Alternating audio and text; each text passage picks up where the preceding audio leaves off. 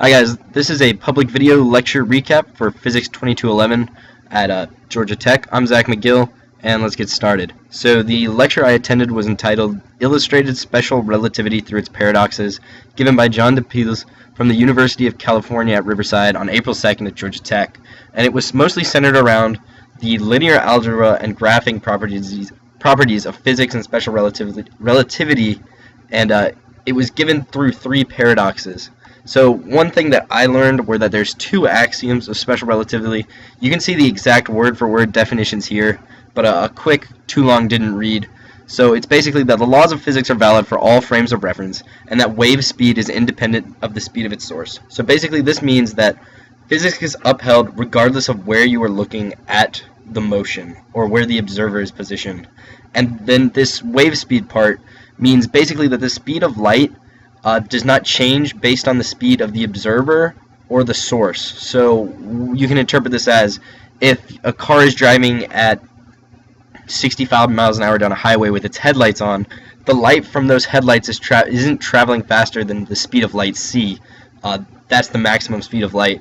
No change in observer or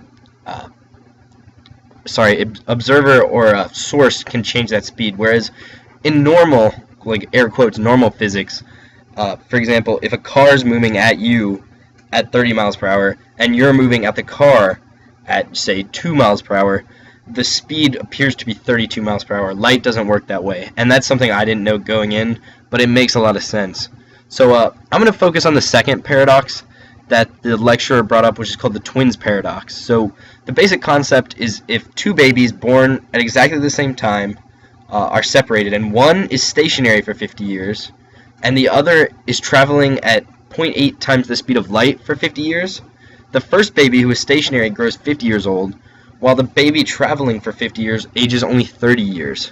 So this is based on Einstein's theory of relativity, where he postulated, and it's been proven correct, that only energy is constant in the universe, whereas previous theories thought that time was constant. He proved that wrong. So time, or more accurately maybe your perception of time, can change based on perspective. So the big idea I got out of this was this concept called time dilation, which is basically the closer you travel to the speed of light, the slower time moves. And so when you're stationary, time is constant. And this was kind of a mind-blowing thought, but in theory, if you were to travel at the speed of light, time does not change, and for example, you'd never age. Obviously, that's just something in theory, but I found it really interesting to think about. So the other two paradoxes covered in the lecture, the first one was called the train paradox, where basically he talked about a train entering a station, and it was basically, the question was whether the front end of the train or the back end of the train was younger. And my initial, and I assume most of the audience initial thought, was that the back of the train would be younger because it's newer into the station. But really, relative to your perspective, the front of the train is the younger end.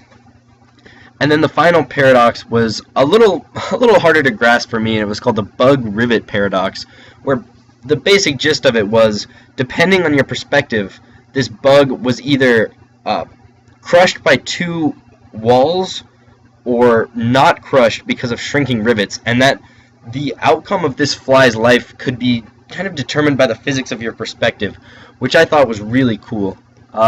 In general, I really enjoyed this lecture. I feel like I learned a lot about a topic that I was woefully ignorant on, and I encourage everyone to go out and research special relativity, particularly this twin paradox, which I found really interesting.